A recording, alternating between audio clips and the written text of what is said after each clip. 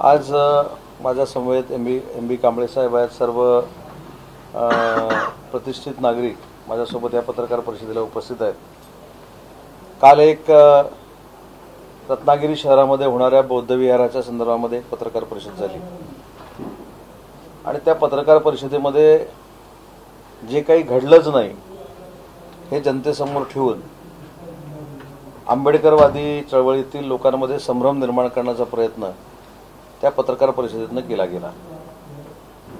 मला असं वाटतं की त्या पत्रकार परिषदेला राजकीय देखील झालर होती, कारण काही राजकीय लोकांनी ठरवून ही पत्रकार परिषद करायला लावलेली असावी अशी एक शंका येते, कारण ज्याच्यात काहीच तथ्य नाही अशा पद्धतीचे मुद्दे काल त्या पत्रकार परिषदेमध्ये मांडले गेले।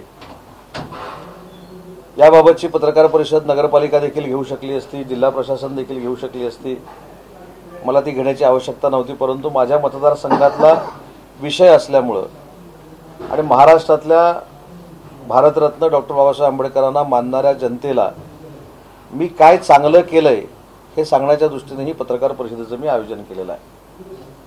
आपल्या रत्नागिरी शहरामध्ये थिबा राजवाडा आहे। थिबा राजाला तिथं बंदिवान करण्यात आलेलं होतं आणि तिथून 3 किलोमीटरवर जिथं पोलीस अधीक्षकांचं कार्यालय आहे त्याच्या मागच्या बाजूला गौतम बुद्धांचं वास्तव्य एक मूर्ती ठेवून थिबा राजाने तिथं निर्माण केलं होतं। त्याच्यानंतर ह्या सगळ्या इतिहासकालीन बाबी आहेत, पण त्याच्यानंतर ज्यावेळी सगळी मंडळी ही सगळी मंडळी असतील, आमचे पूर्वज असतील, हे सगळे ज्यावेळी राजकीय किंवा सामाजिक क्षेत्रामध्ये काम करायला लागले ते त्या जागेचं पावित्र्य ओळखून तिथे अनेक सभा झाल्या असतील, जयंतीचे कार्यक्रम साजरे झाले असतील, बुद्ध पौर्णिमेचे कार्यक्रम साजरे झाले असतील आणि त्या अनेक कार्यक्रमाला मी देखील उपस्थित राहिलेलो आहे। गेली 30-40 वर्षापासूनची एक मागणी होती की ज्या ठिकाणी थिबा राजानं त्या गौतम बुद्धांच्या मूर्तीची प्रतिष्ठापना केलेली आहे ती उघड्यावर आहे, तिथं चांगल्या पद्धतीचं बौद्ध विहार व्हावं ही सगळ्याच म्हणजे माझी देखील इच्छा होती, ह्या सगळ्या मंडळींची इच्छा होती। आणि याची खरी सुरुवात गणेश नाईक राज्य उत्पादन शुल्क मंत्री असताना झाली, कारण ती जागा जी आहे ती राज्य उत्पादन शुल्क डिपार्टमेंटची आहे।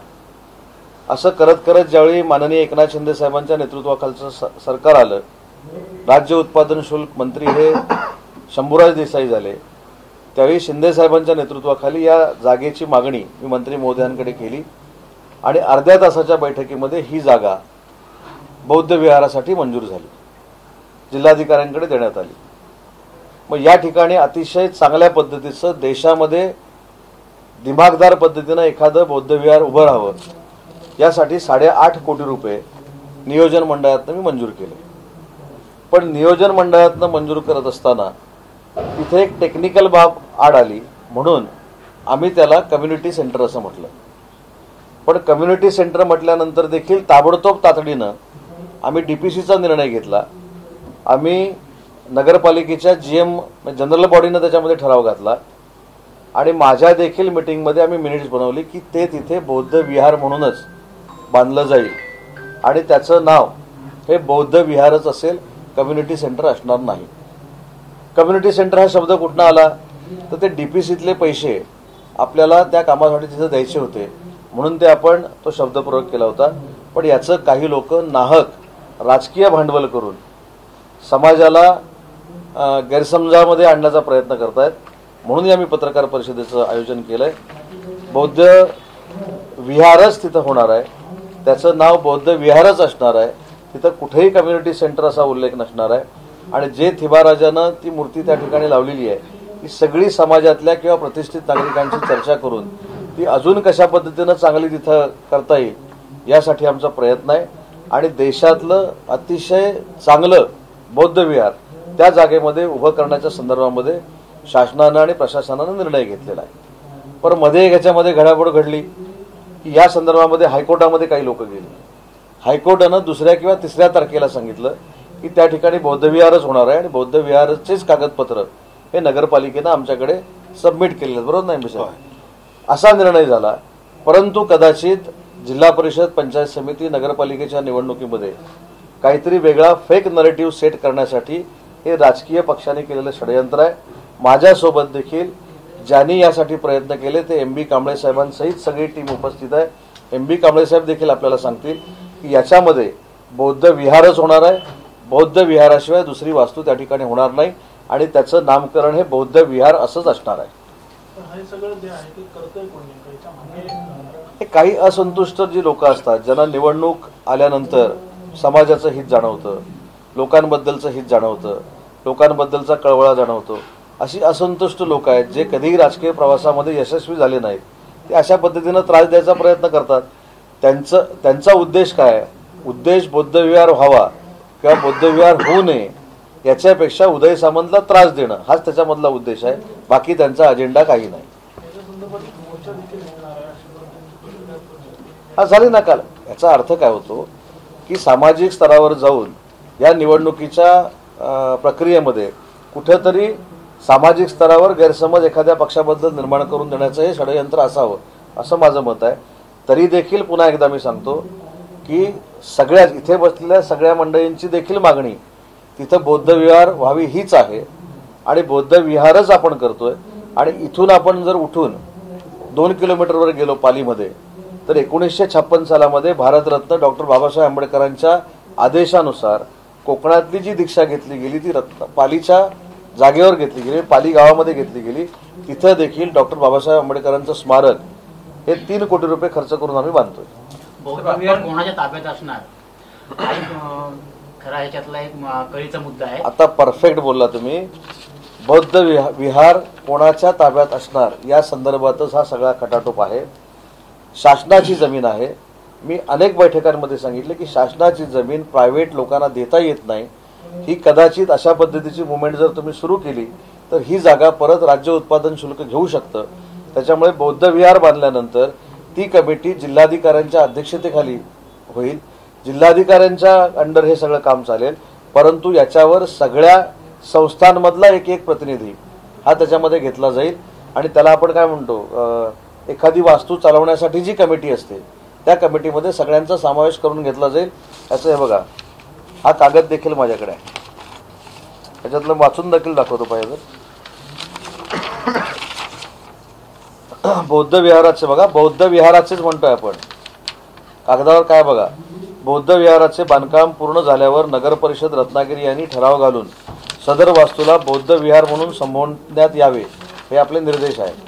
बौद्ध विहाराचे बांधकाम स्ट्रक्चर तयार करण्यासाठी ते AI टेक्नॉलॉजीचा वापर करण्यात यावा, ते बाकीचं टेक्निकली आहे. बौद्ध विहारावर सर्व प्रतिनिधींचा समावेश असणार आहे, परंतु व्यवस्थापन कमिटी, परंतु त्याचे अध्यक्ष कोण असणार आहेत? जिल्हाधिकारी असणार आहेत. म्हणून ते पूर्ण वाक्य वाचून दाखवतो मी आपल्याला. जिल्हाधिकारी रत्नागिरी यांच्या नेतृत्वाखाली व्यवस्थापन समिती स्थापन करण्यात येईल. बौद्ध विहारावर सर्व प्रतिनिधींचा समावेश असणार आहे. त्यावर कोणीही स्वतःचा हक्क सांगू शकणार नाही. आता 8.5 कोटी रुपये बौद्ध विहारासाठी खर्च केल्यानंतर, शासनाच्या जागेवर केल्यानंतर ते एक असं ठिकाण व्हावं की जसं आपण अन्य ठिकाणी जाऊन डॉक्टर बाबासाहेब आंबेडकरांचं स्मारक बघतो, बौद्ध विहार बघतो, तशा ताकदीचं बौद्ध विहार आपण रत्नागिरीमध्ये करतोय. पण माझं दुर्दैव आहे की अशा काही असंतुष्ट प्रवृत्त्या ज्या आहेत त्या राजकारणासाठी अशा चांगल्या वास्तूंना विरोध करतायत आणि नाहक गैरसमज पसरवण्याचा प्रयत्न करतात. पालकमंत्री म्हणून आपण सांगताय बौद्ध विहार होणार, कोर्ट सांगते, प्रशासन साधन सगळे सांगतात, आपण निधी दिला तरी एका समाजातील दुसरा गट आक्रमक होऊन असा विरोध करतोय. आपण त्या दोघांना एकत्र घेऊन बसून यातून तोडगा काढू शकणार काय? सगळे साक्षीदार आहेत. मीटिंग 2 झाल्या, त्यातले देखील काही प्रतिनिधी आलेले होते, त्यांना देखील हे मान्य झालं.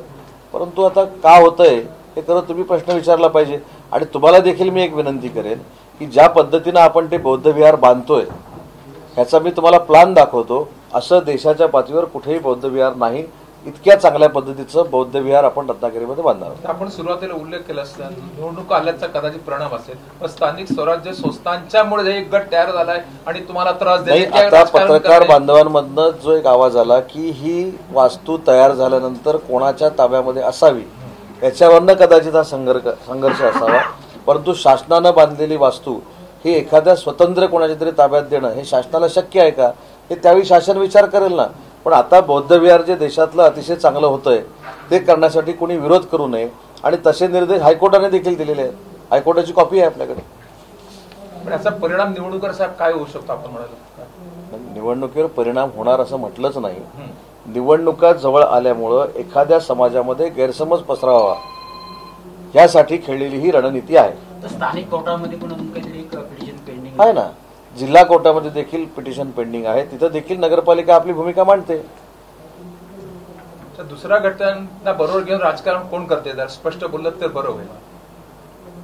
नाही, स्पष्ट कशाला बोलायला पाहिजे? मी असं म्हटलं नाही की राजकारण कोण करते. राजकारण करत असल्याची शंका येते असं मी म्हटलं. माहिती गाडीत गुप्त माहिती तर कोण असतील ते साहेब, असं काय वाटतं? ते गुप्तपणाने तुम्हाला सांगेन ना मी. हा विषय विषय हा, काही पॉलिटिकल हो हो. आजच एक सकाळी बातमी अशी आली आहे की भाजप जे आहे ते मुंबई महानगरपालिकेमध्ये 150 जागा लढण्यासाठी आग्रही आहे आणि शिवसेना साधारणपणे जी ऑफर दिली जाते जागा दिल्या जाते त्या 50, 60 किंवा 70 दरम्यान असू शकतात. सो ही सगळी सूत्रांची माहिती आहे. आपण लोकसभेला देखील असंच म्हणत होता की आम्हाला 7 जागा मिळणार आहेत, आम्हाला 13 जागा मिळाल्या. विधानसभेला देखील आपण सूत्रांकडनं माहिती घेतल्यानंतर असं म्हणत होतं की आम्हाला 50 ते 60 जागा मिळणार आहेत. आम्ही 81 ठिकाणी लढलो. तसंच तुम्हाला मुंबई महानगरपालिकेमध्ये चित्र असेल. दोन्ही पक्ष एकामेकाला सन्मान देऊन, मान सन्मान देऊन तिकिटाचं वाटप करतील. पण एकनाथ शिंदे दिल्लीला गेले होते. दिल्लीला भेटल्यानंतर शिवसेनेतल्याच कोर्टात सांगितलं जाते की त्यांनी समसमान जागांसाठी आग्रह धरलेला आहे. तर तुम्ही आता जरी पालीमध्ये असलात तरी पण शिंदे साहेबांच्या जवळचे, शिवाय पक्षातले महत्वाचे नेते आहेत. त्याच्यामुळे अशी काही चर्चा किंवा ही जी मागणी आहे ती कितपत नाही, ही माहिती जरी असेल तरी ती सांगायची नसते. त्याच्यामुळे योग्य तो मान सन्मान नक्की प्रत्येक महानगरपालिकेमध्ये होईल, जिल्हा परिषदेमध्ये होईल, पंचायत समितीमध्ये होईल. कुठेही कटुता त्याच्यामध्ये येणार नाही. आणि हे सुतोवाद स्वतः मुख्यमंत्री महोदयांनी केलेत आणि शिंदे साहेबांनी देखील केले. पण साहेब जिल्हा परिषदेचे आपलं आता आपण सगळं वातावरण बघितलं पालीमध्ये संपूर्ण असं वाटतं का ते निवडणुकीचं मतदान सेंटर आहे. ते नेमकं आज पालीमध्ये काय चालतं? कुठं काय झालं? लोक भेटायला बैठका सुरू झाल्यात, आपण गाठी भेटी सगळ्यांची काय? या बैठका नाही आहेत. आज दिवसभर मी पाली निवासस्थानी आहे म्हटल्यानंतर माझ्या पदाधिकाऱ्यांनी जिल्हा परिषद गटनिहाय माझा वेळ मागून घेतलेला होता. ही जी आपल्याला गर्दी दिसते हे जिल्हा परिषद गटातले कार्यकर्ते मला भेटायला आलेले आहेत. मला असं वाटतं की हे चित्र तुम्ही जिल्ह्याला दाखवावं. हे चित्र प्रत्येक ठिकाणी राहणार आहे. पण एकला चलोरीसाठी कार्यकर्ते आले सगळे की महायुती म्हणून? मी काय सांगितलं, ही निवडणुकांच्या बैठकाच नाही आहेत. मी आज पूर्ण दिवस रत्नागिरीमध्ये असल्यामुळं, या ऑफिसमध्ये पालिका असल्यामुळं पदाधिकाऱ्यांनी माझी वेळ मागितली की प्रत्येक जिल्हा परिषद गटाच्या संवादासाठी अर्धा तास द्या. तर 11 बैठका सकाळपासून ठरलेल्या, त्यातल्या 5-6 बैठका झाल्या. प्रत्येक बैठकीला प्रमुख पदाधिकारी 200 ते 250 उपस्थित आहेत. असा जर 11 बैठकांचा आढावा जर घेतला तर आज मी इथं बसून 3 ते 3,500 माझ्या पदाधिकाऱ्यांना भेटणार. तर आपण किती म्हणाला आपल्या पदाधिकाऱ्यांना त्या बाळमारे विषयी बोलू नये, ते मोठे होतील. आता रत्नागिरीत नवीन सिंगम जन्माला आलेले, त्याकडे आपण कसे पाहता? लोकांनी सिंगम म्हटलं पाहिजे. सिंगम पिक्चर जर बघितला असेल तर लोकांनी सिंगम म्हटलं पाहिजे. आणि मला असं वाटतं की त्यांच्या वक्तव्यावर मी बोलून त्यांना काही मला मोठं करायचं नाही. त्यांना रत्नागिरीतली जनता काय आहे, किती सुज्ञ आहे हे 4 वेळा कळलेलं आहे. सारखं उदय सामंतला खड्ड्यात घालणार आहे, उदय सामंतला खड्ड्यात घालणार आहे. व ज्या रत्नागिरीच्या मतदारांनी त्यांना 4 वेळा पराभूत करून पॅक करून टाकले, त्यांनी माझ्यावर टीका करण्याची आवश्यकता नाही. आणि म्हणून मी माझ्या पदाधिकाऱ्यांना सांगितलं की कोणावर टीका करायची? जो आपल्या तोडीचा असतो, जो आपल्या बरोबर लढायला सक्षम असतो, जो आपल्याबरोबर कधीतरी जिंकलेला असतो, अशाबरोबर लढण्यामध्ये मजा आहे. आपली टाईम वेस्ट करायचं, एनर्जी वेस्ट करायची, त्याच्यामुळे त्यांच्यावर बोलू नका अशा स्पष्ट सूचना मी दिलेल्या आहेत. ते जेवढं बोलतील तेवढी आपली मतं वाढतील हे देखील त्यांना सांगितलेलं आहे. आणि शेवटी काही लोक डिप्रेशनमधनं बोलत असतात, त्यांना बोलू दे. ते बोलल्यामुळे काय माझ्या अंगाला काही जखमा झालेल्या नाहीत, त्यांनी बोलत राहावं. राज्य निवडणूक आले की बरेच जण बाहेर येतात, तसे बाळमाने खरोखर बाळमाने बोलतायत की त्यांच्या पडद्यामागून दुसरा कोणतरी बोलतात हे वेगळा आहे? हे तुम्हाला काय वाटते का अभ्यासून येते? माझ्यापेक्षा बाळासाहेब मानेंचे तुमचे संबंध अतिशय जवळचे आहेत. कधीतरी हा प्रश्न त्यांना विचारा ना. 5 वर्षांना तुम्ही का बाहेर येता म्हणून मला कशाला विचारता? कोण मग तेच आहेत का आणखी त्याच्यापाठी कोणतरी आहे ते त्यांना विचारा. बोलित धनी सर, एक पुण्यातला मोहोळ आणि दंगेकर यांच्याबद्दल जो वाद चालू आहे, म्हणजे मुरलीधर मोहोळ असं म्हणाले माझ्यावरती कुठेही गुन्हा नाहीये, पण दंगेकरांनी एक फेसबुक पोस्ट सरळ लिहिले, त्याच्यावरती कसे 13 गुन्हे दाखल आहेत आणि अॅट्रॉसिटीचा देखील त्याच्यामध्ये कसा गुन्हा आहे. तर त्यांनी वॉर्निंग दिले की भविष्यात अजून काही गोष्टी मी तुम्हाला 1-2 दिवसामध्ये पुरावा सहित घेऊन येणार. सत्ताधारी पक्षामध्ये नेमकं चाललंय काय? आणि दुसरी त्यातली अशी एक बाजू कळते की आपले दंगेकर जे आहेत त्यांना एकनाथ शिंदेनी वॉर्निंग देखील दिलेलं आहे. तर नेमकं काय चाललंय सत्ताधारी पक्षांमध्ये? महायुतीमध्ये मिठाचा खडा पडण्यासारखं कुणी वागू नये हे स्वतः शिंदे साहेबांनी सांगितलेलं आहे. ते आमच्या लोकांना देखील लागू आहे, ते भाजपच्या लोकांना देखील लागू आहे, जे एनसीपी शरद पवार साहेब अजितदादांबरोबर आहेत त्यांना देखील लागू आहे.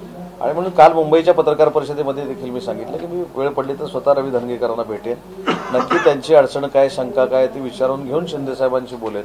परंतु महायुतीमध्ये वाद असणं हे अयोग्य आहे असं माझं स्पष्ट मत आहे.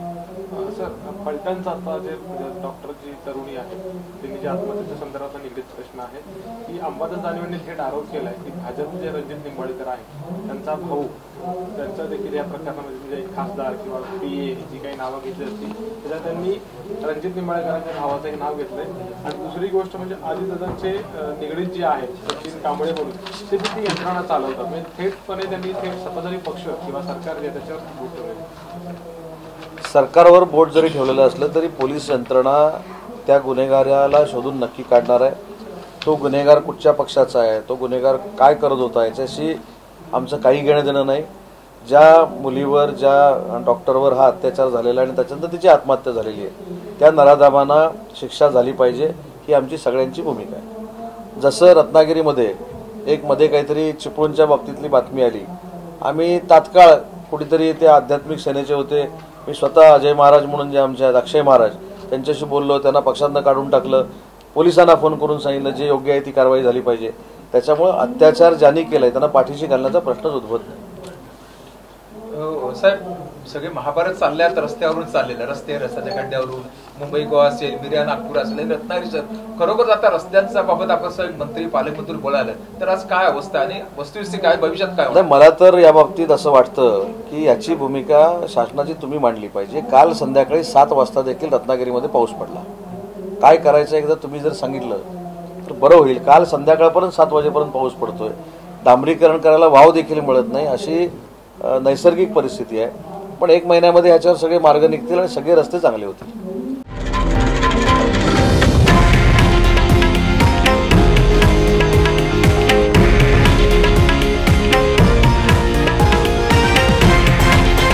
हे आहे देशातील नंबर 1 न्यूज नेटवर्क आणि आपण पाहत आहात TV9 मराठी, एकमेव.